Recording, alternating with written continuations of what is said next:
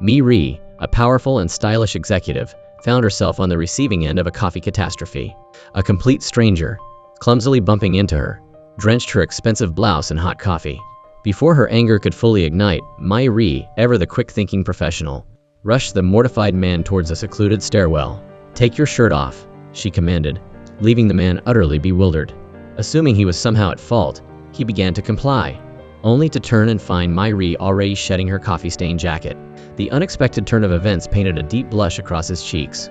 "Hurry up," she urged, her focus solely on the impending meeting with a crucial client. Flustered and embarrassed, the man quickly removed his pristine white shirt, which Mi-ri promptly snatched from his hands. "Here's my card," she said briskly, handing him a business card. "Contact me later to get your shirt back. You can throw mine away."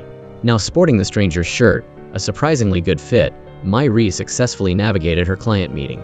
Meanwhile, the unfortunate coffee spiller, Tae-ju, whose first day of work this was supposed to be, had no choice but to wear his suit jacket all day, hoping to conceal his shirtless state. Despite the awkward start, he successfully completed his onboarding and was assigned to a new department. The following day, as he reported to his new team, a senior colleague introduced him to his department head. Tae-ju's jaw dropped. Standing before him, impeccably dressed and radiating authority, was Mi-ri, the woman who had commandeered his shirt the previous day. Mi-ri, equally stunned, recognized Tae-ju instantly. Maintaining a facade of composure, she pretended not to know him and assigned him a mentor. The mentor, pulling Tae-ju aside, whispered a warning. "Whatever you do, don't cross Mi-ri. She's a demon in disguise." Unfortunately, at the welcome party that very evening, Tae-ju, in a moment of nervous awkwardness, managed to offend Mi-ri. While outwardly displaying annoyance, inwardly she vowed to make him pay. Feigning a sudden engagement, she excused herself from the party. Realizing he'd stepped into a minefield, Tae-ju chased after her, apologizing profusely. Mi-ri, however, was unmoved. "Don't get any ideas," she snapped. "Just come and get your shirt back." This exchange was overheard by the senior colleague, who had earlier warned Tae-ju, fueling the office rumor mill. He couldn't believe that Mi-ri and the new guy already had some kind of history. This was juicy gossip gold. Predictably, the next morning, Tae-ju walked into a buzz of hushed whispers and sideways glances. His mentor even cornered him, asking if he was Mi-ri's boy toy. Despite Tae-ju's attempts to clarify the situation, his explanations fell on deaf ears. Desperate to clear the air, he approached Mi-ri, hoping she would set the record straight. Having a scandal with a newbie employee on his first week was the last thing Mi-ri wanted. Overhearing the whispers and speculations, she grew increasingly anxious. Unable to publicly address the rumors, she chose to ignore them completely, hoping they would simply disappear. That evening, she called Tae-ju and instructed him to retrieve his shirt. After returning it, she turned to leave, wanting nothing more to do with him. However, Tae-ju stopped her, holding out a neatly folded, dry-cleaned garment. It was her coffee-stained blouse. He hadn't thrown it away, hoping this gesture would somehow appease her. Unbeknownst to him, his efforts only fueled Mi-ri's resentment. The next day, Mi-ri delved into Tae-ju's personnel file, searching for any weakness, any flaw she could exploit.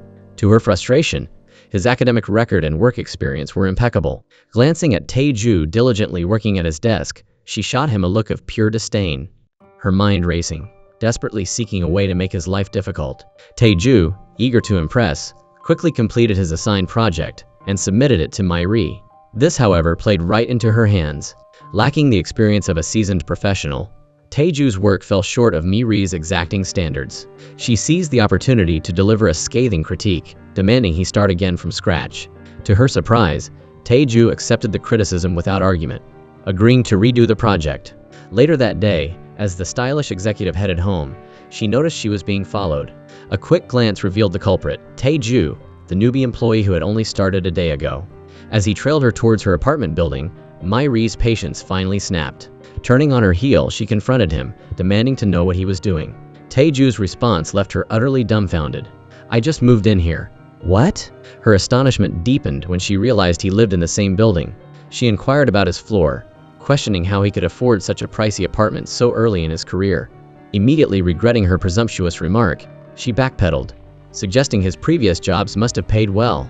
Tae-ju, however, misinterpreted her words, assuming she had diligently reviewed his resume and taken a personal interest in his background. His illusion of being noticed quickly shattered the following morning. Just as he managed to catch the closing elevator doors, Mi-ri promptly pressed the close button.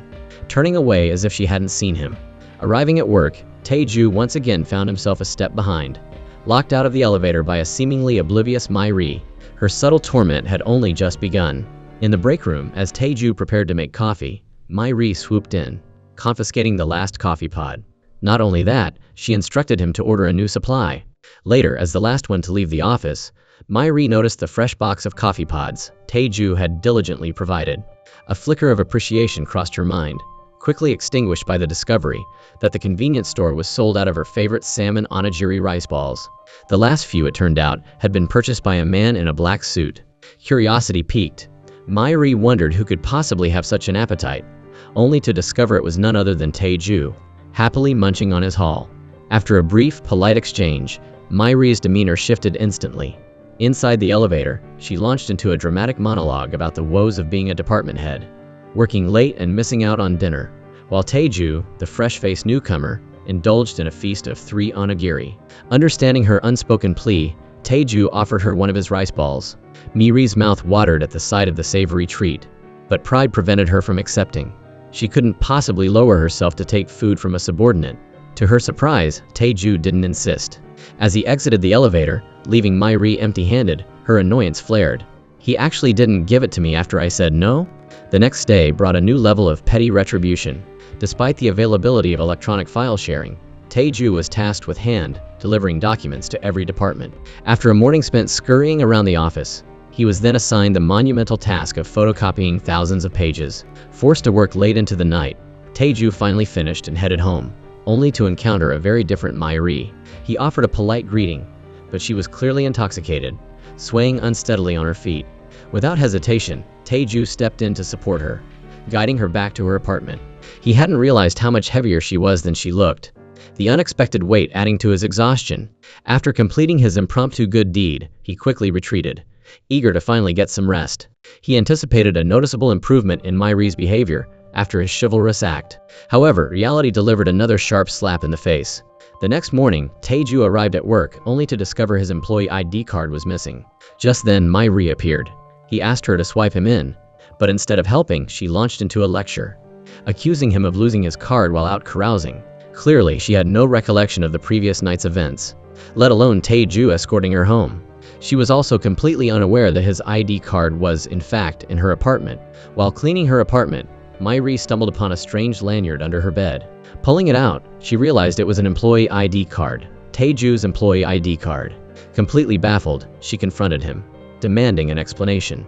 Tae-ju stammered nervously, eventually leading her to his apartment, which happened to be directly below hers. Under Mai-ri's persistent questioning, he recounted the events of the previous night, how she had been so drunk she nearly fell asleep in the elevator, and how he had helped her home.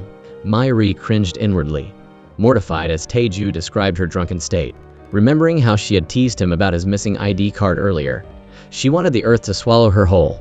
Tae-ju, however, didn't gloat. Instead, he sincerely apologized for their previous disagreements. This gesture not only diffused the awkwardness, but also bridged the gap between them.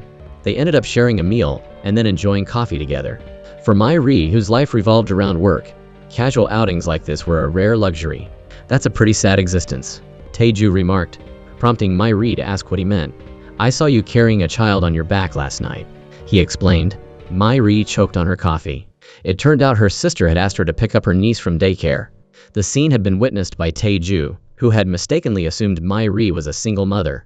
Mai-ri was speechless. After she clarified the situation, Tae-ju simply shook his head, a look of bewildered amusement on his face. Despite the misunderstanding, their relationship shifted dramatically after that evening. They exchanged greetings in the mornings, and Mai-ri even waited for him at the elevator instead of leaving him stranded. Tae-ju was elated by the change. However, upon arriving at the office, Mai-ri reverted to her usual bossy demeanor, quickly assigning him a pile of work. She explained that their sudden camaraderie couldn't be too obvious to avoid fueling office gossip. Tae-ju, understanding her reasoning, readily accepted the tasks. In the days that followed, Tae-ju and Mai-ri often shared late dinners at the office. While they maintained a professional dynamic during work hours, after hours, they became friendly neighbors. One evening, Mai-ri asked Tae-ju to stay late to help with a project. Afterwards, he offered to treat her to dinner, leading her to a scenic spot by the river, promising a secret meal. He quickly unpacked his bag, revealing the surprise instant ramen and onigiri. But, he added with a smile, whether it's good or not depends on who you're eating it with. Halfway through their makeshift meal, Mai-ri went to grab some extra snacks. Suddenly, a group of cyclists sped past, nearly colliding with her. Tae-ju instinctively jumped forward to shield her, narrowly avoiding a major accident. However, in the commotion, Mai-ri twisted her ankle. Thanks to Tae-ju's assistance, she managed to hobble back to her apartment, where he carefully applied ice to her injured ankle. Mai-ri, downplaying the injury, urged him to go home. The following day, which happened to be the weekend, Mi-ri's older sister came to visit. Just then, the doorbell rang. Her sister opened the door to find Tae-ju standing there, holding a bag of ice packs. Struck by the sight of the tall, handsome young man, Mai-ri's sister's mind went into overdrive, already imagining their future children's names. As the three of them sat in the living room, Mai-ri's sister relentlessly interrogated Tae-ju about his relationship with Mai-ri. He explained he was simply checking on her ankle and bringing fresh ice packs. His thoughtfulness delighted Mai-ri's sister, who beamed with approval, much to Mai-ri's embarrassment. She desperately tried to signal her sister with her eyes to stop the matchmaking, but to no avail. Overwhelmed by the awkwardness, Tae-ju made a hasty retreat. After he left, Mai-ri's sister excitedly exclaimed, "I can't believe my perpetually single little sister finally has a boyfriend." Mai-ri insisted Tae-ju is just a neighbor and a colleague. Undeterred, her sister urged her not to let this opportunity slip away, suggesting she make Tae-ju some homemade food as a thank you. Wanting to express her gratitude, Mai-ri delivered a container of food to Tae-ju's apartment. He noticed something different about her appearance. "Are you not wearing any makeup?" he asked, bluntly. "Your skin looks really clear." His straightforward comment flustered Mai-ri. Just as she was about to leave, Tae-ju stopped her. He asked her out on a date, catching her completely off guard. For a woman who had been single for over 30 years, her first date turned out to be unexpectedly childish. Tae-ju, it seemed, had a hidden fear of amusement park rides, screaming his lungs out on even the tamest attractions. Mai-ri found his terrified reactions hilarious. Later, they engaged in a friendly game of darts. Just as they were having fun, Mai-ri received an urgent call from work, forcing her to abruptly abandon their date. Returning to her apartment building after dealing with a work emergency, she ran into Tae-ju downstairs. He was on his way to grab some food, still slightly miffed about being stood up. Mai-ri apologized profusely, but he playfully sulked, turning to leave. Mai-ri hurried after him, but her injured ankle began to throb. Seeing her struggle, Tae-ju relented, taking her along for a late-night meal. Their bond deepened with each shared experience. Meanwhile, back at the office, In-suk, Mai-ri's mother, slammed a folder onto her subordinate's desk, her voice laced with fury. "What do you think you're doing?" she demanded. Just moments earlier, during a high-level executive meeting, Mai-ri had publicly challenged her proposal. Mai-ri was taken aback by her mother's aggressive reaction, explaining she had acted in the best interests of the company, not out of personal spite. In-suk's face turned purple with rage.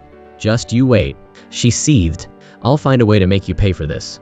Upon learning of Mai-ri's inability to play golf, In-suk orchestrated a company outing, inviting major shareholders to a prestigious golf course. Mai-ri had no choice but to attend. When she confessed her lack of golfing skills, In-suk seized the opportunity to publicly humiliate her in front of the shareholders. "You work for a high-end sports equipment company, and you don't play golf?" she sneered. "Are you planning to sell products with your looks?" Adding insult to injury, In-suk, aware of Mai-ri's responsibility for organizing the company's decennial anniversary event, promptly stripped her of the role, reassigning her to a less prestigious project. Witnessing his adoptive mother's relentless attacks on Mai-ri, Tae-ju felt a pang of sympathy. He pleaded with In-suk to stop tormenting her, only to be accused of being heartless and siding with an outsider. Concerned for Mai-ri, Tae-ju approached her, asking if she was all right. Still fuming from the latest humiliation, Mai-ri snapped, "Just worry about your own work. You're a subordinate, not my confidant." The next day, however, Mai-ri acted as if nothing had happened, addressing Tae-ju with a sarcastic, "Should a lowly subordinate like myself even dare to speak to a department head?" She realized her harsh words had hurt him. However, surrounded by colleagues, she couldn't apologize directly. Hoping to smooth things over, she suggested a team dinner.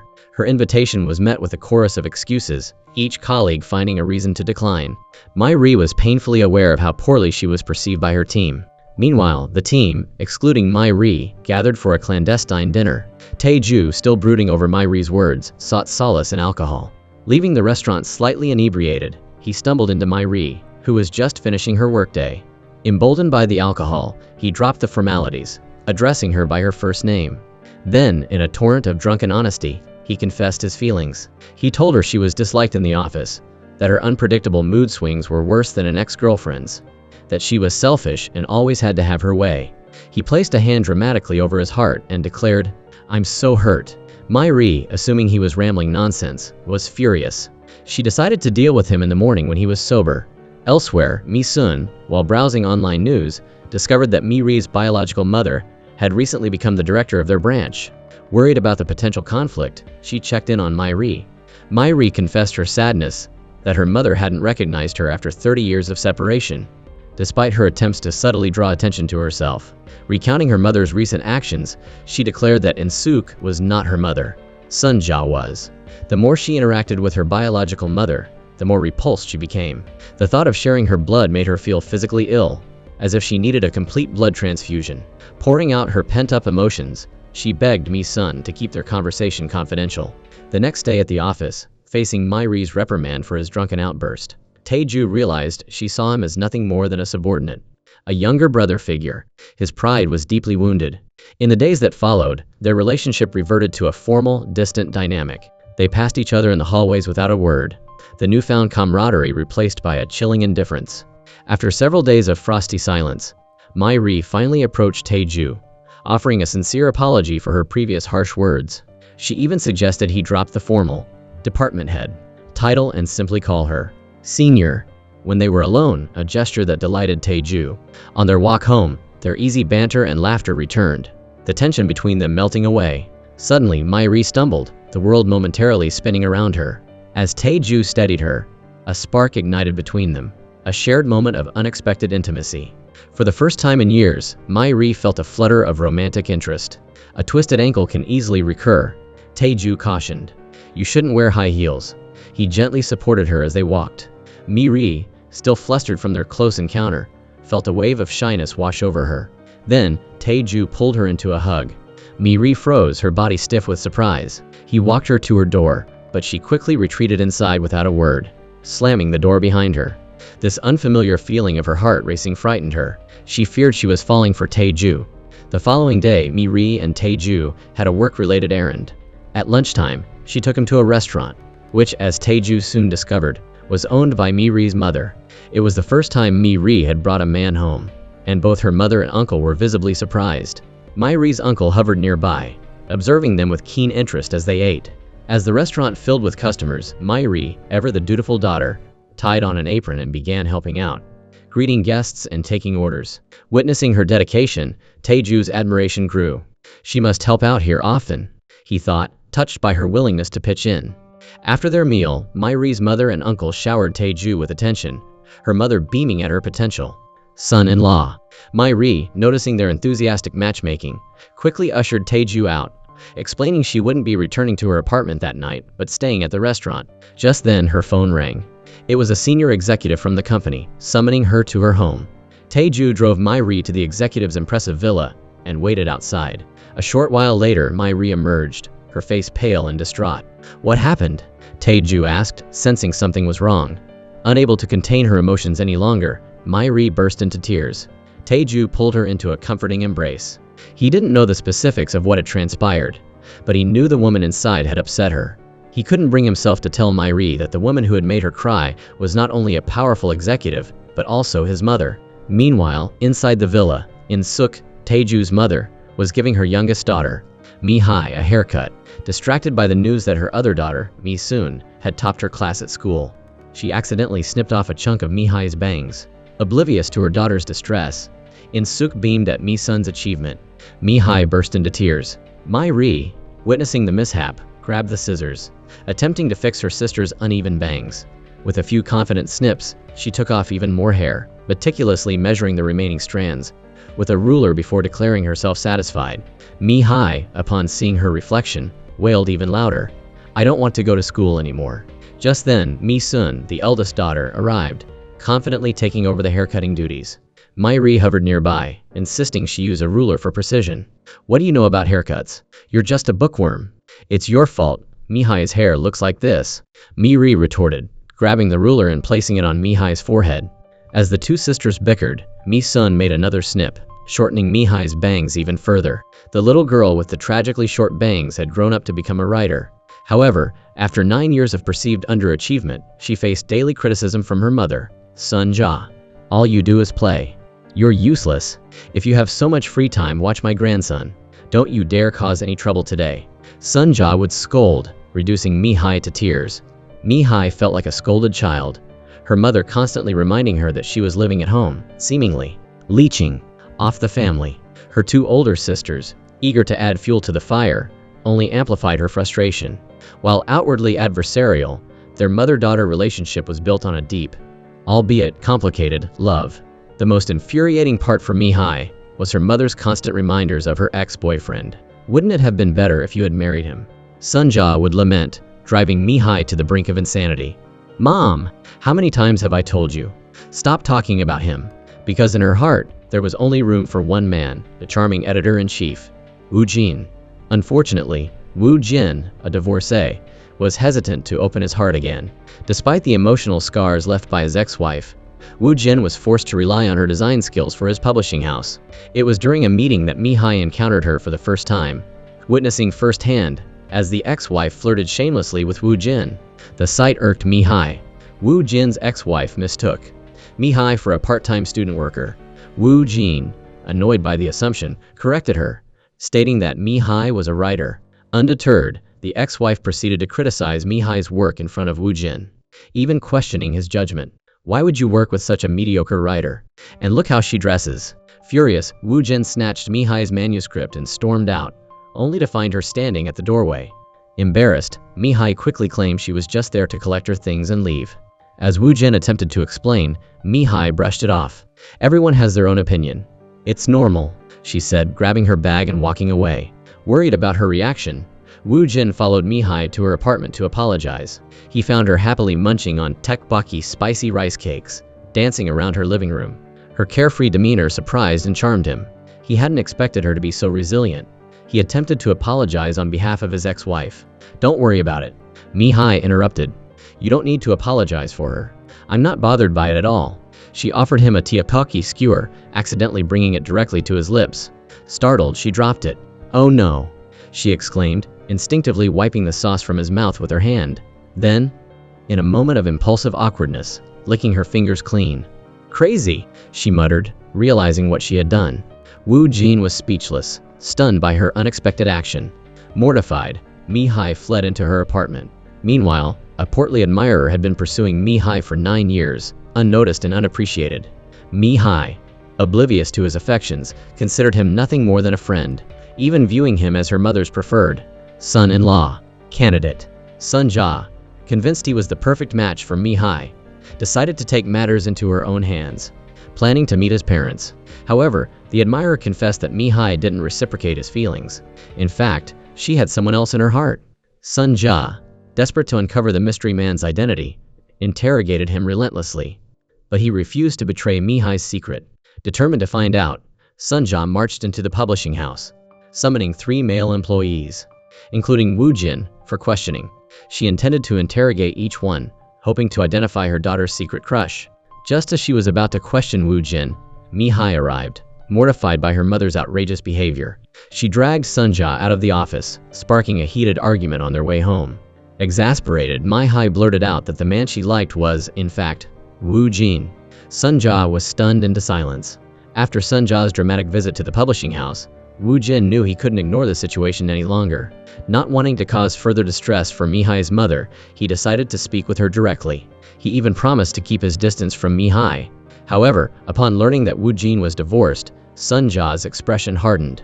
She resolved to prevent their relationship at all costs. The next morning, she positioned herself in front of the door, determined to stop Mi-hai from going to work. Just then, her youngest son informed her. Mi-hai already left, ages ago. Sun Ja stormed off in frustration. Mi-hai, meanwhile, confronted Wu Jin, her voice laced with hurt. Don't you like me? She asked. I do, Wu Jin replied. But we can't be together. Sun Ja, anticipating Mi-hai's return, prepared her favorite ice cream, hoping to sway her with a sweet treat. What are you going to do now, huh? She asked, her tone softening. Your ex-boyfriend is still the best option, isn't he? Wait, Mi-hai thought.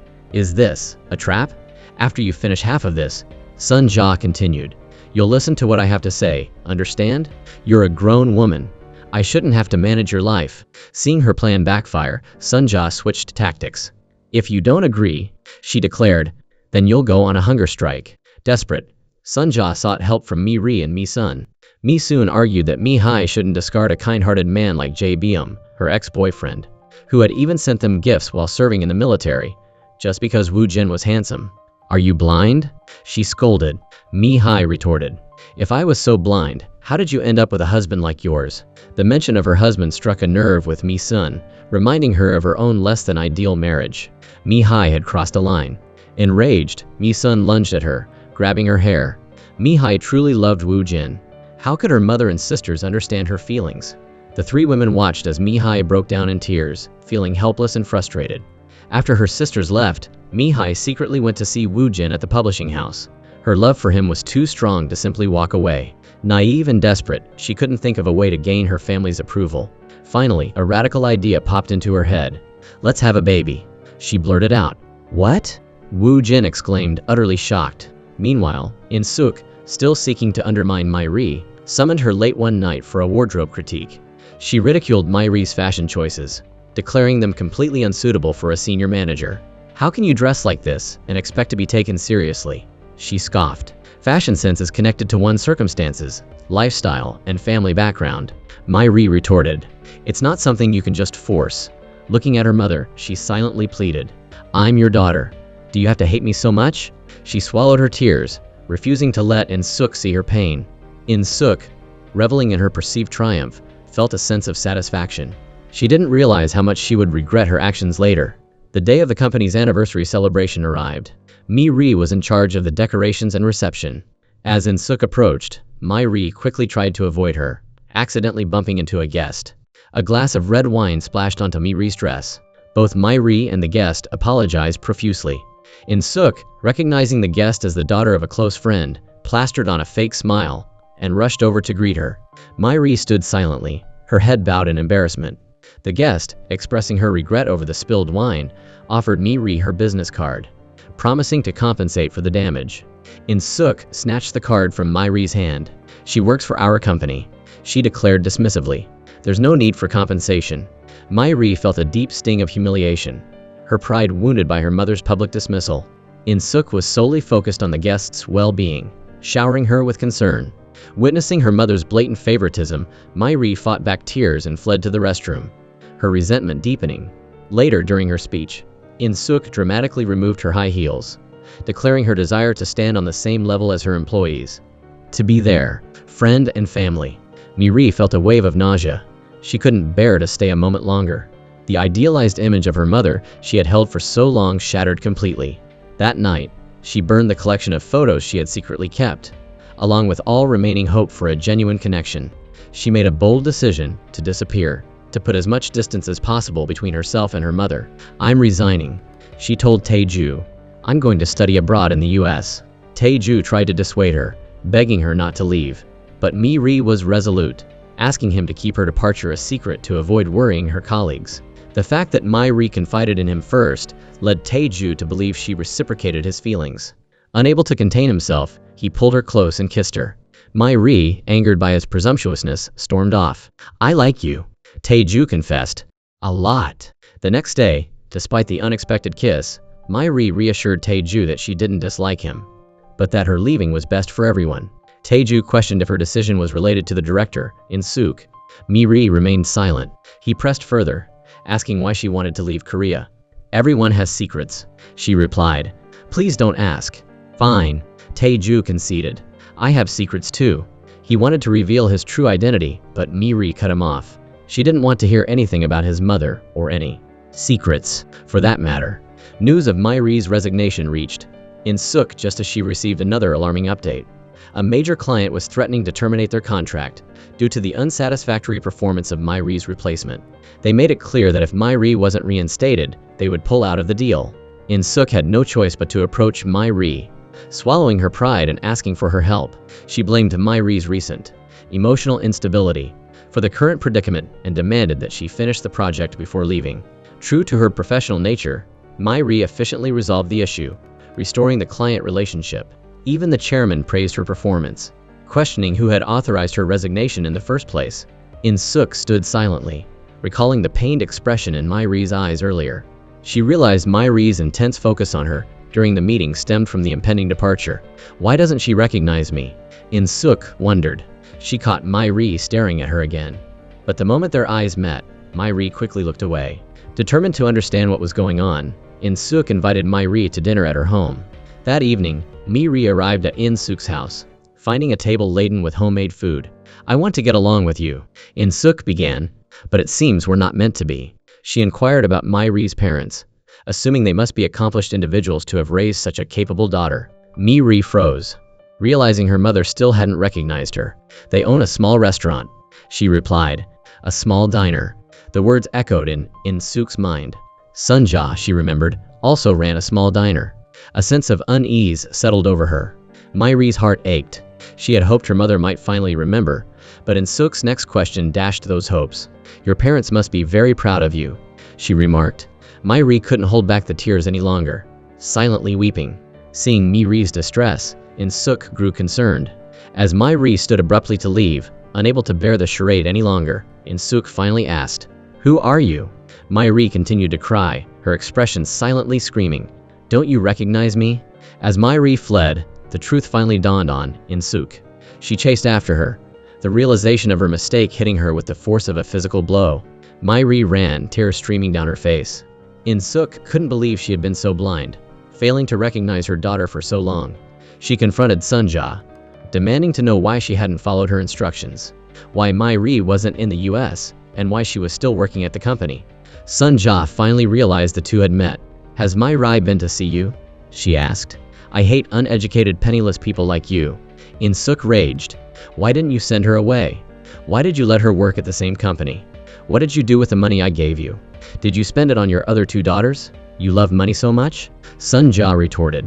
"Is that why you abandoned your 6-year-old daughter on a freezing cold day?" In-suk nearly fainted from rage. Her 3 daughters watched anxiously as their mother's face turned an alarming shade of purple. Sunja then handed Myri a bankbook, revealing the money In-suk had left behind when she abandoned her. "I was going to give this to you after you got married," she explained, "but take it now," she continued, her voice filled with emotion. "You were too young then. I couldn't bear to send you to America alone. If money meant I could abandon my children, I would have done it a long time ago." Myri was stunned. She should have told Sunja about working at the same company as her biological mother. Raising 3 daughters alone couldn't have been easy. In-suk went to Myri's office, her voice trembling with emotion. "You've grown into such a beautiful and capable woman," she exclaimed. Mother and daughter finally embraced, tears of reunion flowing freely. Myri's spirits lifted, a newfound lightness in her heart. She told Tae-ju she had decided not to resign after all. While surprised by her sudden change of heart, Tae-ju was overjoyed that she was staying. Seeing his genuine happiness, Myri's heart skipped a beat. She shyly took his hand, ready to open her heart to his love. Meanwhile, In-suk's boastful Mother's Day post backfired spectacularly, earning her a scathing rebuke from the chairman, who accused her of being shameless. He revealed he had uncovered clues about her past, about the daughter she had abandoned to another family. While feigning trust, he secretly ordered an investigation into In-suk and Myri's relationship. The next day, In-suk arrived at work to find reporters swarming the building, questioning her about the whereabouts of her abandoned daughter. She was both shocked and furious. That evening, she summoned Myri, feigning concern as she inquired about her study abroad plans. Myri stared at her in disbelief, speechless. It was Tae-ju's day off, and he had planned a fun outing with Myri. As he playfully hugged her, In-suk, searching for Myri, witnessed the scene. She froze, her eyes widening in horror. One was her biological daughter, the other the chairman's son she had raised. "If the chairman finds out," she thought, "my secret will be exposed." Ignoring Myri's protests, In-suk dragged her home, thrusting a plane ticket into her hands, demanding she leave for the US immediately. Myri instantly understood her mother's intentions. The recent displays of affection, the shopping trips, the fancy dinners, all a charade to get her out of the country. "I'm not going," Myri declared. "If you're worried about the chairman finding out, I'll pretend we don't know each other." At that moment, the chairman's assistant approached In-suk, revealing he knew about her relationship with Myri. Out of respect for In-suk raising Tae-ju, he had decided to keep it from the chairman. But he couldn't guarantee his silence indefinitely.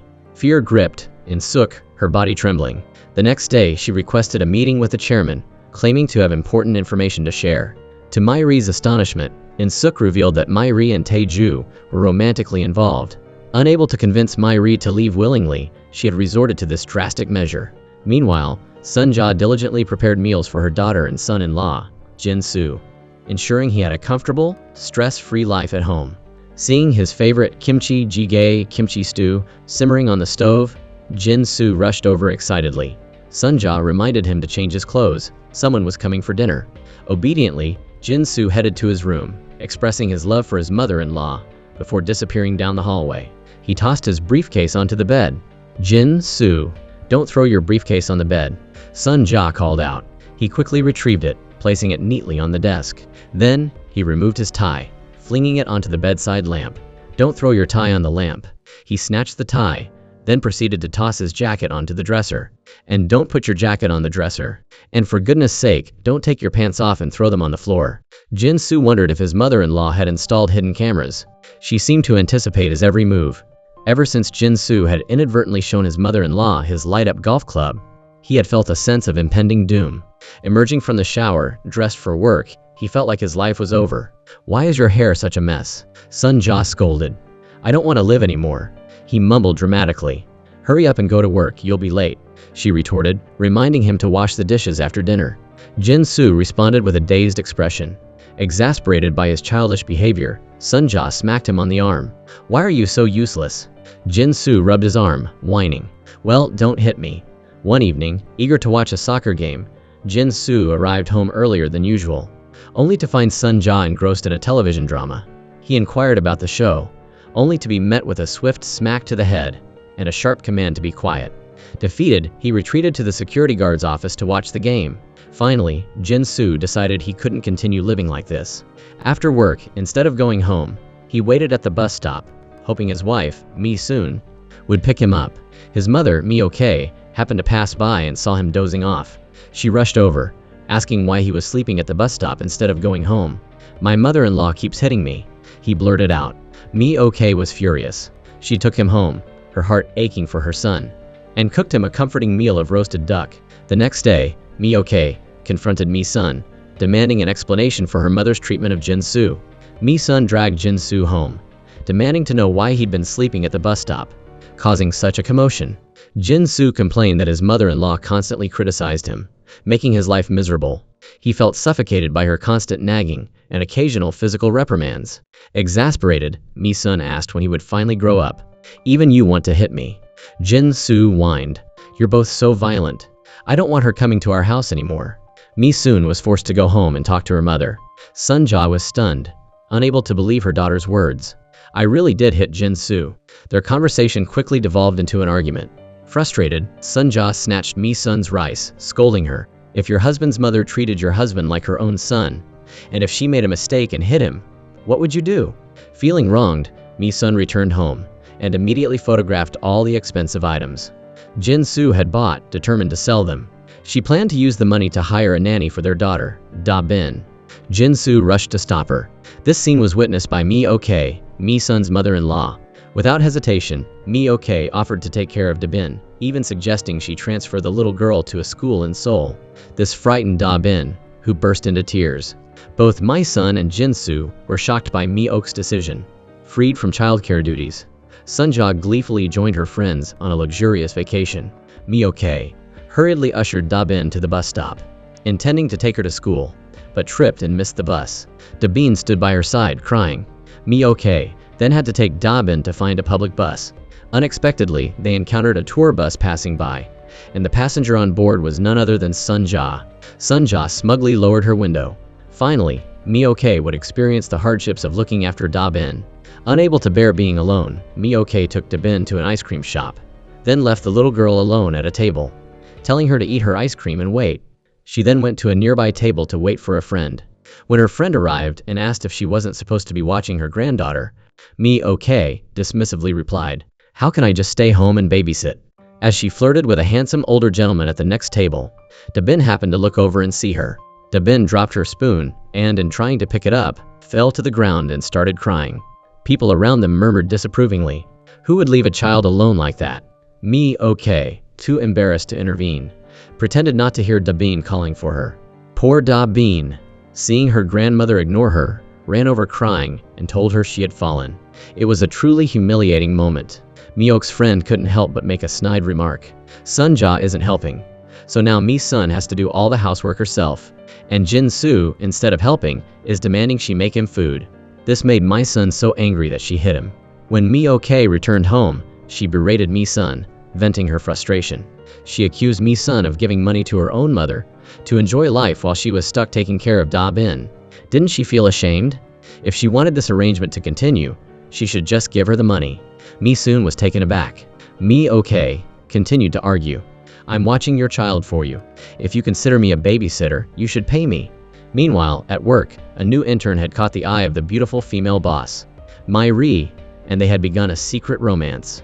However, on their first date, they ran into a coworker. Being a superior, Mi-ri quickly hid inside a tent, but the coworker approached Tae-ju, the intern. Just as they were about to be discovered, the coworker suddenly knelt before Tae-ju. It turned out his girlfriend was an intern who had joined the company at the same time as Tae-ju. He begged Tae-ju to keep their relationship a secret, because if Mi-ri, known for being perpetually single, found out, she would surely fire them. Little did they know, Mi-ri was inside the tent the whole time. What bad luck, running into coworkers even on a picnic. Mi-ri and Tae-ju were forced to hide in the tent, so as not to show their faces. But sometimes, a cramped space can be unexpectedly romantic. However, after their lovely day together, back at work, Mi-ri's mother, also the company representative, called her in and, using her authority, demanded she break up with Tae-ju. She claimed Tae-ju, a mere intern, wasn't good enough for Mi-ri, but her true concern was protecting her position. Mi-ri saw right through her mother's facade. To this ruthless woman, her daughter's happiness was nothing compared to her own status. Mi-ri flatly refused her mother's demand. Seeing that Mi-ri wouldn't be easily swayed, the representative then went to Tae-ju. But when Tae-ju learned that the representative had spoken to Mi-ri, his only concern was whether Mi-ri had been upset. He paid no attention to what the representative was saying. He immediately left to find Mi-ri. He went to the restaurant where they had planned to meet, only to find it closed. He called Mi-ri, but she didn't answer. He went to her apartment and knocked, but no one was home. He even went to Mi-ri's mother's restaurant, but still couldn't find her. Finally, disappointed, he returned home. But upon reaching his door, he discovered Mi-ri had been waiting for him there all along. Seeing her distress, Tae-ju embraced her. Then, mustering his courage, he brought her inside. The next morning, Tae-ju woke up early and made coffee, but Mi-ri was secretly changing her clothes, preparing to leave. She couldn't even bring herself to look at him. Seeing her embarrassment, Tae-ju smiled gently. He then took out a ring he had prepared and put it on Mi-ri's finger. He wore a matching ring on a chain around his neck so it wouldn't be seen at work. Touched by Tae-ju's thoughtful gift, Mi-ri knew she had chosen the right man. However, she was unaware that the representative had told the company chairman about their relationship. Upon learning that his son was dating a superior, the chairman was furious. He went to the company and called an emergency meeting, then publicly humiliated Mi-ri in front of everyone.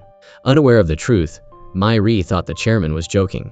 But Tae-ju knew something was wrong, so he went to see his father. Before Tae-ju could even speak, his father bluntly told him to break up with Mi-ri immediately. A new intern dating a superior, and the intern's parents were determined to tear them apart. Their reason? This woman wasn't good enough for their son. It turned out that the seemingly ordinary intern, Tae-ju, was the chairman's son. To force Tae-ju to break up with Mi-ri, the chairman planned to promote Mi-ri and transfer her to an overseas branch, hoping the distance would end the relationship. But Tae-ju was equally resolute. This time, the chairman was stunned.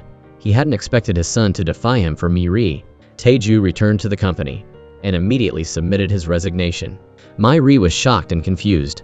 Tae-ju explained that after resigning, he wouldn't have to worry about their superior-subordinate relationship anymore. Furthermore, he wanted to take their relationship to the next level. He proposed marriage, but Mi-ri refused. Her response was unexpectedly firm. Faced with Tae-ju's confusion, Mi-ri finally opened up about her past. She revealed that being abandoned by her mother as a child had left her with deep-seated emotional scars. 28 years had passed. Although her adoptive mother and sisters had given her warmth and love, the pain of her abandonment still lingered. Every time Mi-ri thought about it, it was a fresh wound. Because of this, she lacked the confidence to build a family of her own. Hearing her confession, Tae-ju didn't say much, but silently held Mi-ri as she cried. He knew she needed time, especially since she had a business trip coming up.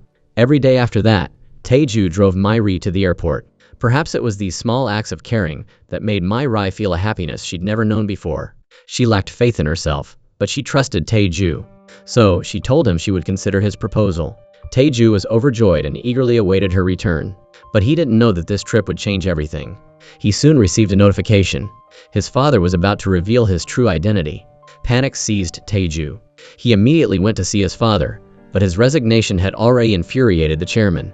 The chairman blamed Mai-ri for everything, and believed that by revealing Taeju's identity and subsequently suppressing Mai-ri's career, he could force them apart. Faced with his father's rage, Taeju felt helpless. 2 days later, Mai-ri returned from her trip. As soon as she arrived at the airport, she received a notification from the company. She was getting a promotion. Full of anticipation, she opened the message, only to freeze. Her name wasn't on it. Instead, Taeju's name was there. Taeju, the intern, her subordinate, was now her superior. Mai-ri couldn't comprehend what had happened. She needed to see Taeju to understand. But when she rushed to the company, she saw a completely different Taeju, surrounded by senior managers. And standing before him was her biological mother. Mai-ri and Taeju locked eyes, but Taeju said nothing. He turned away and walked straight into the elevator. In that moment, Mai-ri's world crumbled. She couldn't believe that Taeju, the man she had finally opened her heart to, had deceived her. And to discover he was her mother's adopted son, it was all too much. Meanwhile, Mi-ok, after babysitting Da-bin for a single day, went to Mi-sun and demanded a childcare fee. A hefty 120,000 per month. Left with no other choice, Mi-sun confronted her husband, Jin-soo. Your mother wouldn't do that. She did. She asked me for 120,000 won. 120,000 won? Yes. Clearly, Jin-soo was no help. Furious, Mi-sun grabbed Jin-soo's expensive mountain bike. Selling it, she declared, would cover her mother-in-law's fee. Jin-soo couldn't bear to see his precious taken away. Taking advantage of Mi-sun's stumbling, he jumped on the bike and sped off. Looking at her useless husband, Mi-sun angrily threw her shoe at him. Dae-cheol, Jin-soo's father, disagreed with Mi-ok, demanding payment, advising her to consider her children, and acknowledge that watching her grandchild was a normal thing to do. Unfazed, Mi-ok retorted that Da-bin ate a lot, constantly demanding snacks and dinner, and everything cost money. Dae-cheol was speechless. Mi-sun looked at her savings. Even all of it wouldn't be enough to pay Mi-ok's childcare fees for more than a few months. Thinking about the mortgage and car payments, saving 120,000 won a month felt impossible. How could she possibly give that much money to her mother-in-law? Mi-sun couldn't hold back her tears. Just then, Mai-ri called, telling Mi-sun that their mother had injured her back. While making kimchi, Sun-ja had strained her back, which was already weak. The pain was so intense she could barely move. Mai-ri, who had thankfully found her in time, held her mother and cried. She made it clear to Mi-sun that their mother couldn't take care of Da-bin anymore, nor should she be burdened with all the housework for Mi-sun's family. Overwhelmed with guilt, Mi-sun ran outside and sobbed. Sun-ja had toiled for her for 6 years, and now, when she was unwell and unable to care for herself, Mi-sun couldn't even provide for her. And her mother-in-law, after one day of babysitting, was demanding a fee. Mi-sun felt terrible. Jin-soo returned home and told his mother that they didn't have the money. The callous woman insisted they pay. Dae-cheol, overhearing from the next room, couldn't take it anymore. Just then, Mi-sun arrived with Da-bin. She handed her mother-in-law a wad of cash, apologizing for not giving it to her sooner. As Mi-ok reached for the money, Jin-soo quickly intervened, shocked that his mother would actually take it. Dae-cheol stormed out, yelling, "At your age, you should know better. You have no shame. This is no way for a family to behave." He angrily grabbed a pastry from the counter and threw it at the cupboard. Seeing his mother accept the money without a second thought, Jin-soo suddenly grabbed Mi-sun's hand, claiming he had a solution. He would beg Mi-sun's mother to forgive them and continue caring for Da-bin. Mi-sun wanted to punch him. Back home, Mi-sun was at her wit's end. Jin-soo was so selfish, he clearly didn't want to live anymore. She couldn't stand her foolish husband any longer. When Sun-ja was helping them, Jin-soo complained about her presence making him uncomfortable. Now, after one day with his mother babysitting, he was being charged a fee. He didn't want to take responsibility and wanted to ask Mi-sun's mother to help, completely oblivious to the fact that she had injured her back helping their family, and was now in so much pain she could barely move. Mi-sun, wanting to take care of her mother for a few days, asked Jin-soo to watch Da-bin over the weekend. Jin-soo whined about why he had to do it. Exasperated, Mi-sun asked if Da-bin wasn't his daughter too. "You better sell that 2 million won bike of yours," she retorted. Our savings won't even cover 5 months of your mother's fees. Jin Soo threatened divorce. Wouldn't that be wonderful? Mi Sun snapped. I'll thank God for it. Don't you dare change your mind. She stormed out, fuming. Jin Soo had no choice but to take Da-bin to Mi OK. Mi OK declared it was her day off and refused to babysit. Jin Soo wouldn't back down. She had taken their money, so she had to take care of Da-bin. Dae Cheol chimed in. You accepted payment, it's a contract. You took the money, now fulfill your obligation. Remembering she had plans with friends, Mi OK lied to her husband, saying her friend was sick and she needed to go take care of her, asking him to watch Da-bin for a while. But Dae Cheol flatly refused. Mi OK slammed her purse on the table and stomped off to bed. Da-bin, spotting a bright red outfit inside, curiously pulled it out. Dae Cheol, emerging from his room, saw Da-bin holding the outfit up to herself, asking him if it looked pretty. Astonished, Dae Cheol asked where she got it. Innocently, she replied that it was from Grandma's purse. Dae Cheol couldn't fathom who his wife thought she was going to impress with such an outfit at her age. He confronted her. Have some decency. At your age, you shouldn't be embarrassing yourself like this. The two argued back and forth, neither willing to give in. Just then, Mi Sun arrived to pick up Da-bin. Mi OK, seizing the opportunity, took out her frustration on Mi Sun, throwing the childcare money at her. Humiliated, Mi Sun could only lower her head. Dae Cheol, witnessing this, was appalled. How could his wife treat their daughter-in-law this way? He couldn't stand it any longer. After just a 2-day business trip, Myri returned to find her intern boyfriend, suddenly her boss. It turned out her biological mother, wanting Myri out of the company, had convinced the chairman to reveal Taeju's true identity. As expected, Myri quickly confronted Taeju and submitted her resignation. She couldn't accept that the man who was her subordinate just days ago was now the chairman's son, the child her mother had raised. She refused to be a gold digger, marrying into a wealthy family, and she certainly didn't want to be like her mother, who would stop at nothing for status and power. She was furious that her mother hadn't told her about Taeju's background, and was now using him to push her out of the company. Hoping for reconciliation, Sunja invited Myri's mother to Myri's father's memorial service, thinking they could resolve their issues. But Myri's mother's words were incredibly cruel. I can't live without money. Yes, Myri replied. You abandoned me for money. If you were so poor you couldn't even feed yourself, you'd throw me away like trash, wouldn't you? Even Sunja was shocked by her heartlessness, and Myri was deeply hurt. It was then revealed that Myri's mother had made a deal with the chairman. She agreed to support Taeju as his heir, on the condition that she replace In-suk in her position after 2 years. The chairman, desperate to secure his son's succession, agreed. Myri returned to the company, shocking both In-suk and Taeju. Taeju pleaded with her to stay, but she refused. I beg you to come back, he implored. I do want to succeed, Myri responded, but not under you. You're a different person now. He followed her, worried about what his father might do to her. What has my father done to you? He asked.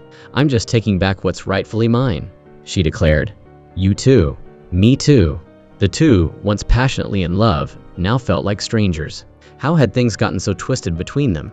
Unable to cope with the pressure from her mother-in-law and her husband's irresponsibility, Mi Sun sought solace in alcohol. She worked tirelessly to ease the family's financial burden, yet her mother-in-law constantly gave her the cold shoulder.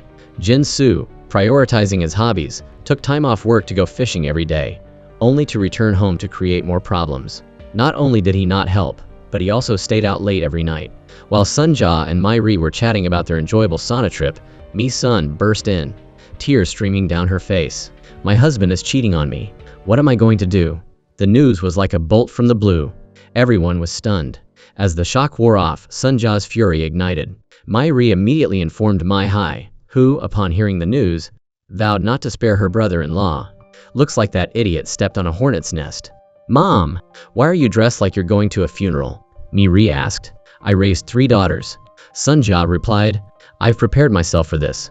Statistically, one of you is going to end up with a cheating husband, and I'm not going to let him get away with it. Little did the clueless Jin Soo know what was coming his way. Seeing the furious trio march towards the hotel, each radiating an aura of vengeance, one could only imagine the fate that awaited the cheating husband. To avoid alerting him, Myri's father cautiously approached the hotel room door, then burst in like a tiger pouncing on its prey. Sunja didn't wait for Jin Soo to react. She launched into a full-blown assault, demanding to know where he was hiding the other woman. Myri, noticing something amiss with the items in the room, yelled for them to stop. She questioned Jin Soo about the belongings. Everyone calmed down. It turned out that Jin Soo, fearing his wife would sell his precious collectibles, had rented a hotel room to stash them. To avoid Mi-sun's nagging, he'd been making excuses to stay out late, spending his evenings in the room. The night before, he had been seen leaving the hotel, making affectionate gestures, which Mi-ri's colleague had witnessed, leading everyone to believe he was having an affair. Jin Soo, in tears, finally explained that because his wife kept threatening to sell his treasures, he had to hide them somewhere. It was just his personal man cave. Faced with this ridiculous explanation, Mi-sun was at a loss. Her mother, however, was even more enraged, and gave him another beating. Mi-sun, fed up, declared they would be sleeping in separate rooms. Terrified, Jin Soo frantically begged for forgiveness. To demonstrate his sincerity, he started helping with chores and childcare. For the first time in their 7 years of marriage, he was actively cleaning and caring for Da-bin. Mi-sun was pleasantly surprised. When their nanny gave notice, Jin Soo, seeing how much his daughter enjoyed his attention, volunteered to be the primary caregiver until they found a replacement. Da-bin, thrilled that her father would be playing with her, showered him with kisses. They say daughters are their father's lovers from a past life, Jin Soo declared. If my daughter wants it, she gets it. That morning, Jin Soo offered his daughter her favorite ice cream, a treat she'd rarely received before. She instantly became her dad's biggest fan. "You're the best daddy ever." The result? A day of constant trips to the school bathroom. The next day, Mi-sun noticed her daughter's discomfort as she emerged from the bathroom, wondering if she'd eaten something bad at school. She'd been having stomach trouble since the previous day. When her daughter mentioned the ice cream her dad had given her, Jin Soo rushed to deny it, feigning innocence and claiming everything they ate came from the refrigerator. Wanting to reassure her mother, Da-bin smiled and said she was fine. Jin Soo pulled their daughter close, signaling that he would take her to the doctor and urging Mi-sun to go to work. As she was leaving, Mi-sun noticed the sofa was pulled away from the wall. She started to push it back, but Jin Soo stopped her. "This is my house now," he declared. "You can't touch anything, Mi-sun. Touching things is trespassing." He shooed her out the door. The moment Mi-sun left, the father-daughter duo frantically pulled out a stash of snacks, hidden behind the sofa. If Mi-sun found out about this, they'd be in big trouble. Sitting on the floor, surrounded by their loot, they finally relaxed. But Mi-sun wasn't convinced. She called home, asking if they had gone to the doctor.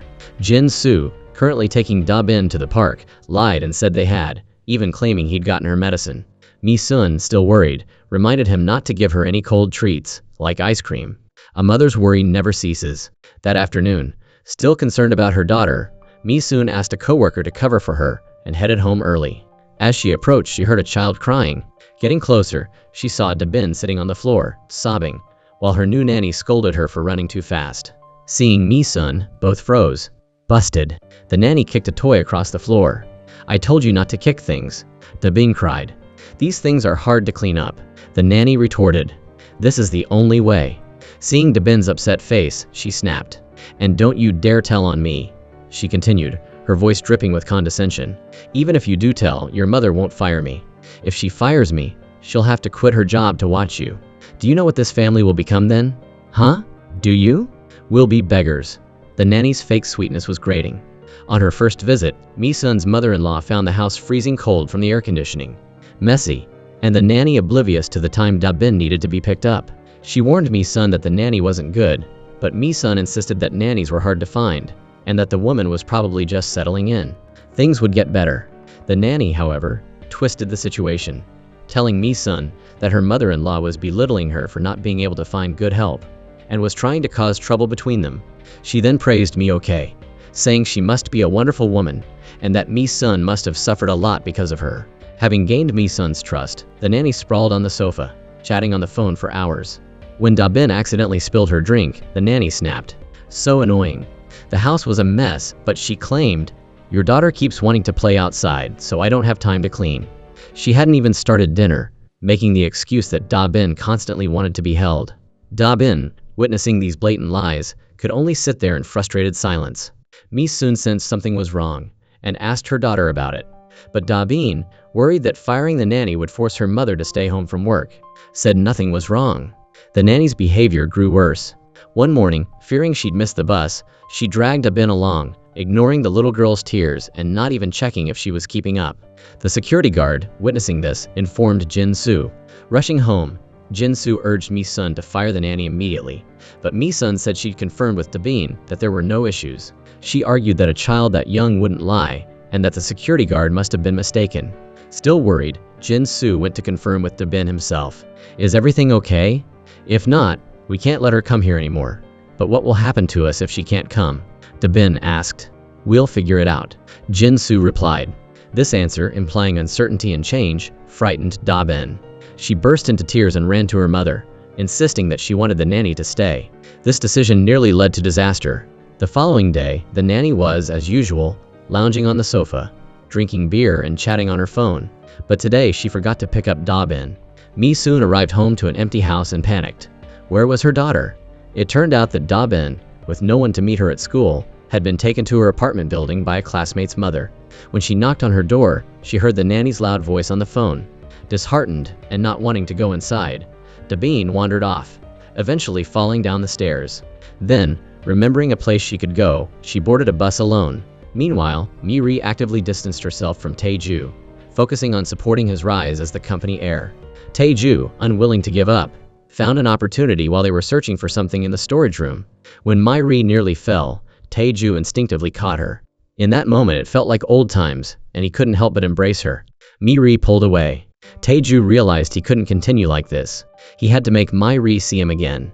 The next day, ignoring the stares of his coworkers, Tae-ju pursued Mi-ri relentlessly. He was her superior now. She couldn't refuse him. They ate lunch together in the cafeteria, drank coffee, and walked along the river. Tae-ju led Mi-ri back to the bench where he had proposed, explaining the circumstances that led to him becoming the company heir. Faced with his sincerity, Mi-ri began to waver. Instead of leaving, she sat alone, reminiscing about their happy times.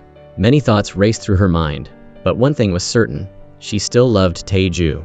To win Mi-ri back, Tae-ju not only clung to her at work, but also frequented her mother's restaurant, leaving Mi-ri no choice but to tell him to stop bothering her. When he pressed for a reason, she couldn't bring herself to reveal her secret. This only made Tae-ju more persistent. Admit it, you like me. You love me. That's why you're pushing me away. Mi-ri's words filled Tae-ju with joy. He knew she was struggling with something, but as long as she still loved him, he could wait. But his father, the chairman, couldn't wait any longer. News of their relationship had spread throughout the company, infuriating him. He ordered an investigation into Mi-ri's background. The next day, he summoned Mi-ri to his office, not to reprimand her, but to tell her to marry Tae-ju. This caught Mi-ri completely off guard. The chairman hadn't discovered she was the representative's abandoned daughter. Instead, he was impressed by her drive and ambition. Rather than trying to separate them, he decided their marriage would ensure Mi-ri's continued support of Tae-ju. Stunned, Mi-ri returned to her office and sat alone until late into the night. Tae-ju suddenly appeared. He often worked late. It was his way of coping with missing her. He hadn't expected to find Mi-ri there so late. Seeing her, Mi-ri's resolve melted away. She slowly walked towards him and embraced him. Early the next morning, Tae-ju appeared at Mi-ri's mother's restaurant. Mi-ri's embrace had kept him awake all night. He couldn't wait to see her. He took her to their bench by the river and, once again, knelt down and proposed. This time, Mi-ri said yes. Meanwhile, Sun-ja was invited to a luxurious apartment by a wealthy tycoon. She quickly realized he wanted her to offer her daughter's hand in marriage. His arrogant and condescending attitude rubbed her the wrong way, but she maintained her composure, pretending to answer a call from her son and loudly scolding him. Hey, don't look down on people. Just because you have money doesn't mean you can act like that. Understand? Her fabricated tirade, complete with colorful language, shook the pompous old man to his core. He instantly deflated, becoming meek and apologetic. Although annoyed by the tycoon, Sun-ja was quite taken with his son. Her second daughter was still single, and she saw a potential match.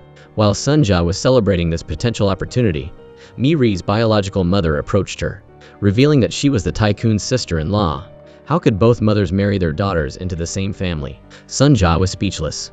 Learning that Tae-ju was raised by In-suk, the tycoon's sister-in-law, left her utterly shocked. Poor Mi-ri. The man she loved was connected to the mother who abandoned her. Finally, she'd found a good man, only to discover he was raised by In-suk. Sun-ja wept silently for her daughter's complicated situation. All she wanted was her daughter's happiness, and the weight of this revelation brought her to tears. Mi-ri, initially intending to call off the wedding, overheard Tae-ju's stepmother plotting to undermine his position. To protect him, she decided to go through with the marriage. In-suk desperately tried to stop it, fearing that if Mi-ri discovered their connection, Neither of them would have peace. She told Mai-ri that Tae-ju was the chairman's son, implying she was out of his league. Mai-ri angrily retorted, "Do you want me to abandon him the way you abandoned me?" Mai-ri firmly told Tae-ju that even if he later discovered she was In-suk's daughter, she would give up everything for him. Ignoring everyone's objections, she married Tae-ju. Furious, Sun-ja wanted to teach In-suk a lesson, questioning how she could be so heartless. Mi-soon also wanted to cut ties with Mai-ri, asking how they could deceive Tae-ju's family like this. Would Tae-ju be able to accept that his adoptive mother and wife were mother and daughter? But no one could sway Mai-ri. At the engagement ceremony, both mothers were deeply uneasy. Mai-ri, despite marrying the man she loved, wasn't happy. She carried a heavy secret. Unaware, Tae-ju whisked her away on their honeymoon.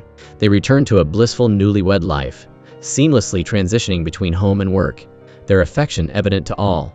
After the wedding, Mai-ri devoted herself to helping Tae-ju overcome obstacles in the company. Then, Tae-ju overheard that his adoptive mother had abandoned her biological daughter. Now, his stepmother was seeking out this abandoned daughter to oust him from his position. Tae-ju struggled to process this. How could his kind, adoptive mother abandon her child? Following the address he'd been given, he arrived at Mai-ri's family restaurant. He remembered Mai-ri mentioning being abandoned by her mother as a child. A wave of nausea washed over him. Unable to believe it, he confronted In-suk, hoping she would deny it. But the truth shattered him. Just as he was reeling from the betrayal of the two people he loved most, Mai-ri discovered she was pregnant.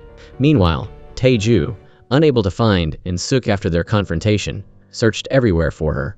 He didn't know that she had gone to a secluded spot, intending to end her life. But the chairman's men found her and brought her back. He had discovered Mai-ri's true identity and demanded Tae-ju divorce her, intending to make both mother and daughter suffer. In-suk, having endured a lifetime of hardship, finally reached her breaking point. She told the chairman that Tae-ju and Mai-ri were truly in love and no one could separate them. Taking full responsibility, she declared she would end it all. She drove off, but Mai-ri, witnessing the scene, followed her and managed to stop her just before she jumped off a bridge. Tae-ju arrived to find both his mother and Mai-ri safe, the immense weight on his chest finally lifting. After settling in, he shared his feelings with Mai-ri. He confessed that since their marriage, he had never intended to leave her, even after discovering her true identity. Mai-ri then revealed her pregnancy. They embraced, vowing to stay together forever. Sadly, Mai-ri's adoptive mother fell ill.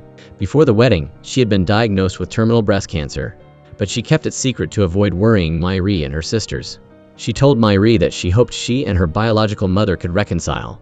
While In-suk didn't deserve forgiveness for abandoning her, she had her struggles and deserved a chance to make amends. Shortly after, Mai-ri's adoptive mother passed away, and In-suk returned to her family. A year later, Mai-ri gave birth. The chairman, now a grandfather, decided to enjoy a peaceful retirement, leaving the company to Tae-ju. At Tae-ju's inauguration as the new chairman, Mai-ri looked at the man before her.